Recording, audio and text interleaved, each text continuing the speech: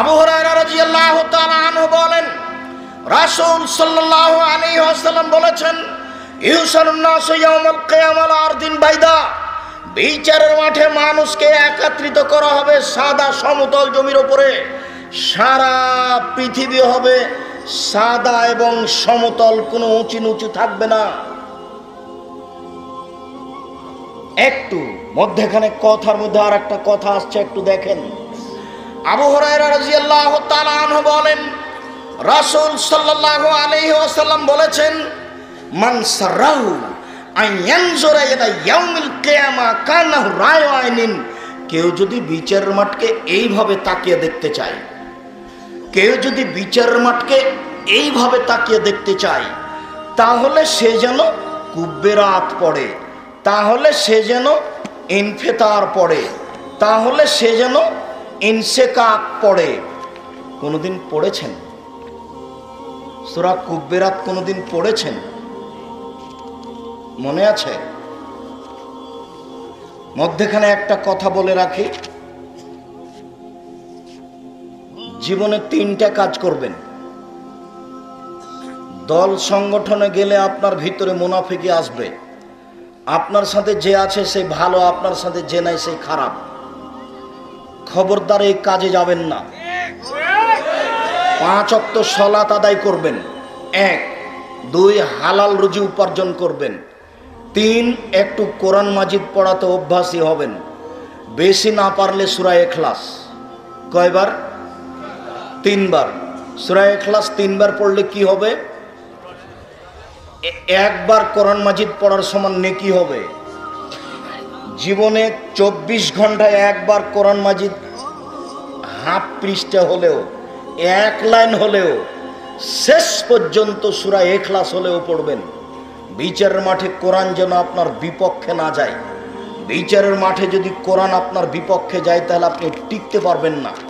আল্লাহর নবী বলছেন, কেউ যদি বিচারের মাঠকে এইভাবে তাকিয়ে দেখতে চায় তাহলে সে যেন কুব্বেরাত পড়ে। কুব্বেরাতে কি আছে? একটু এদা শামস কুব্বেরাত, যেদিন সূর্যকে গুটিয়ে নেওয়া হবে, সূর্য থাকবে না। ওয়াইদান নজুমুন কাদারাত, যেদিন তারকাগুলিকে আলোহীন করে দেওয়া হবে। ওয়াইদাল জিবাল সুইরাত, যেদিন পাহাড়গুলিকে চলমান করে দেওয়া হবে। ওয়াইদাল ইশার উত্তেলাত, যেদিন 10 মাসের পেট পূর্ণ উটনিকে ছেড়ে দেওয়া হবে। ওয়াইদাল ওহুশ হুশরাত, যেদিন জঙ্গলের বন্য প্রাণীকে একত্রিত করা হবে। ওয়াইদাল বিহার সুজ্জিরাত, যেদিন সাগরে আগুন লেগে যাবে। আটলান্টিক মহাসাগরে, আরব সাগরে, ভারত সাগরে, পৃথিবীর বড় বড় 8টি সাগর আছে, সব সাগরে আগুন লেগে যাবে। কোনো সাগরে পানি থাকবে না, সব মাটি সমতল সাদা হয়ে যাবে। পানির নিচে আগুন আছে। সাহাবীগণ বলছেন, আমরা নৌকায় চড়ে সাগর পার হচ্ছিলাম, দেখি মাঝে মধ্যে আগুন জ্বলে, পানির উপরে আগুন জ্বলছে। সাগরের নিচে আগুন আছে, সব সাগরে আগুন লেগে যাবে। ওয়াইদান নফুস সুব্বেজাত, যেদিন প্রত্যেকটা দেহের সাথে আত্মাকে জড়িয়ে দেওয়া হবে। ওয়াইদাল মুউদাতু সুইলাত, যেদিন জীবিত পুঁতে দেওয়া বাচ্চাকে জিজ্ঞাসা করা হবে, আইয়ে দামবিন কুতিলাত, বলো তো বাচ্চা, তোমার মা তোমাকে কেন হত্যা করেছে? সেদিন বাচ্চা কি বলবে? সেদিন বাচ্চার মা কি বলবে? ওয়াইদাস সুহুফু নুশিরাত, যেদিন সবার সামনে খাতা তুলে ধরা হবে। একটু পরে আসছে, যেদিন সবার সামনে এইভাবে খাতা তুলে ধরা হবে, পড়ো কে কি করেছো। ওয়াইদাস সামাউ কুশিতাত, যেদিন আকাশকে উপর থেকে সরিয়ে নেওয়া হবে। ওয়াইদাল জাহিম সুইরাত, যেদিন জাহান্নামকে উত্তেজিত করা হবে। ওয়াইদাল জান্নাত উজলিফাত, যেদিন জান্নাতকে নিকটে করা হবে। আলিমাত নাফসুম মা হাজারাত, সেদিন প্রত্যেকটা মানুষ জেনে যাবে কে কি নিয়ে বিচারের মাঠে উপস্থিত হয়েছে। একটু সূরা কুব্বেরাত গেল, সূরা ইনফিতার। এজা সামাউন ফাতারাত, যেদিন আকাশ ফেটে চৌচির হয়ে যাবে। ওয়াইদাল কাওয়াকিবুন তাসারাত, যেদিন চতুর্থ আকাশ থেকে প্রথম আকাশ থেকে এই বিশাল বিশাল তারকাগুলি খুলে খুলে নিচে পড়ে যাবে, সেদিন কি অবস্থা হতে পারে? ওয়াইদাল বিহারু ফুজ্জিরাত, যেদিন সাগরে আগুন লেগে যাবে। ওয়াইদাল কবুর বুসিরাত, যেদিন কবর থেকে মানুষগুলিকে বের করা হবে। আলিমাত নাফসুম মা কাদ্দামাত ওয়া আখারাত, সেদিন মানুষ জেনে যাবে কে কি নিয়ে উপস্থিত হয়েছে। একটু ইনশিকাক, মহান আল্লাহ বলেন ইদাস সামাউন শাক্কাত, যেদিন আকাশ ফেটে চৌচির হয়ে যাবে। ওয়াদিনাত লিরাব্বিহা হুক্কাত, তার প্রতিপালকের আদেশেই হবে, আর এটাই তার জন্য যথার্থ যে ফেটে চৌচির হয়ে যাবে। ওয়াইদাল আরজু মুদ্দাত, যেদিন পৃথিবীকে সম্প্রসারিত করা হবে। পৃথিবী এখন যত বড়, এর চেয়ে কত লক্ষ কোটি গুণ পৃথিবীকে বড় করা হবে তা আপনাকে আমি বুঝাতে অক্ষম। একজন জাহান্নামীর বসার জায়গা যদি 250 মাইল হয়, সেখানে 1999 জন মানুষ জাহান্নামে যাবে। এত মানুষ বিচারের মাঠে থাকবে, জিন থাকবে, আল্লাহ থাকবেন, ফেরেশতা থাকবেন, জাহান্নাম থাকবে, জান্নাত থাকবে, পশু প্রাণী থাকবে বিচারের মাঠে। কি দিয়ে বুঝায় আপনাকে আমি বিচারের মাঠ কত বড় হবে? মহান আল্লাহ বলেন যেদিন পৃথিবীকে সম্প্রসারিত করা হবে, ওয়ালকাত মা ফিহা ওয়া তাখাল্লাত, পৃথিবীর ভিতরে যা কিছু আছে সব পৃথিবী বের করে উপরে নিক্ষেপ করবে। ওয়াদিলাত লিরাব্বিহা হুক্কাত, পৃথিবীর জন্য এটাই যথার্থ, তার প্রতিপালকের কথাকে মেনে নেওয়া। কথাকে মেনে নিয়ে এসে ভেঙে চৌচির হয়ে যাবে। মহান আল্লাহ বলেন কাল্লা ইযা দুক্কাতিল আরজু দাক্কান দাক্কা, কখনো নহে, অসম্ভব। মানুষ যা বুঝেছে তা ভুল, কখনো নহে, অসম্ভব। মানুষ যা বুঝেছে তা ভুল বুঝেছে। যেদিন পৃথিবীকে টুকরা টুকরা করা হবে, যেদিন পৃথিবীকে একেবারে ছিন্ন ভিন্ন করে ধূলিকণার মতো করে দেওয়া হবে। ওয়া রাব্বুকা ওয়াল মালাকু সাফফান সাফফা, যেদিন আল্লাহ তাআলা বিচারের মাঠে আসবেন, যেদিন ফেরেশতাগণ সারিবদ্ধ হবে। মহান আল্লাহ বলেন ও হুমিলাতিল আরজু ওয়াল জিবালু ফাদাক্কাতা দাক্কাতান ওয়াহিদা, এই সারা পৃথিবী আকাশ জমিনকে একসাথে ধরে আল্লাহ উপরে তুলে আছাড় মেরে সেদিন ভেঙে চৌচির খান খান করে দিবেন। সেই দিন মানুষের অবস্থা কি হবে? কি দিয়ে বুঝায় আপনাকে আমি? কিয়ামত কি জিনিস? 7টা জমিন ধরে, 7টা আকাশ ধরে যেই দিন আল্লাহ এইভাবে আছাড় দিয়ে ভেঙে চৌচির করে দিবেন, খান খান করে দিবেন, সেই দিন কি হতে পারে অবস্থা?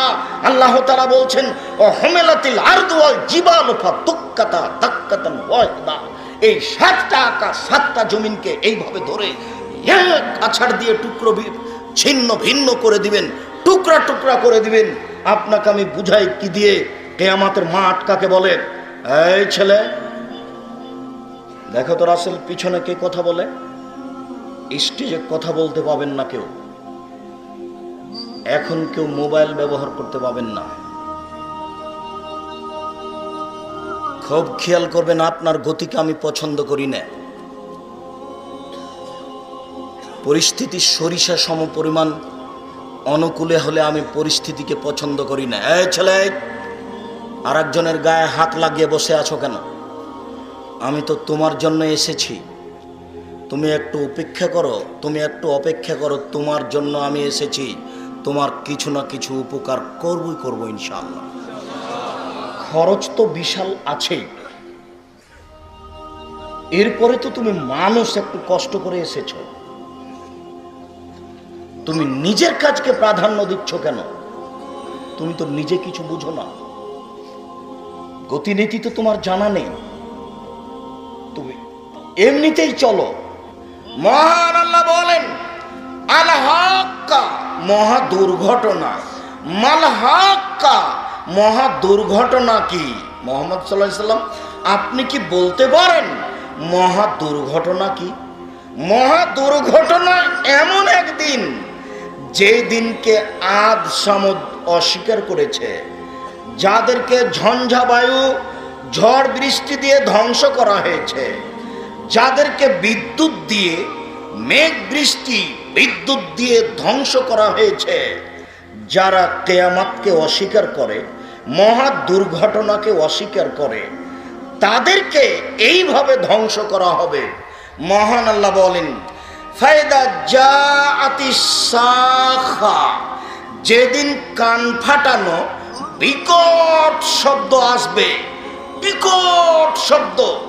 যখনই সিংহায় ফোঁক দিবেন তখন বিকট শব্দ হবে, যেই শব্দে মানুষের জ্ঞান হারিয়ে যাবে, মানুষের বিবেক থাকবে না। ওর বাস্তবতা আপনাকে আমি দেখাতে রেখে চলে এসেছি, একটু আপনাকে আমি দেখাই, আমার দিকে লক্ষ্য করুন। যেদিন আল্লাহ তাআলা পৃথিবী সৃষ্টি করেন, যেদিন আল্লাহ ইসরাফিলকে সৃষ্টি করেছেন, সেদিন তার মুখে একটা আল্লাহ বাঁশি সিংহা দিয়েছেন। আল্লাহর নবী বলছেন, কাইফা আনামো অসাহিবুস সুরে কাদিল তাকামাহু, আমি মোহাম্মদ একটু আনন্দ ফুর্তি কেমনে করি, একটু হাসি খুশি কেমনে করি, এমত অবস্থায় বাঁশিওয়ালা বাঁশি মুখে করে আছে। এদিকে দেখেন, ও আসগা সামাহু, কানটা ওপরে লাগিয়ে আছেন, ও হানা জাভাতহু, মুখমণ্ডল নিচু দিকে করে আছেন। এদিকে দেখেন,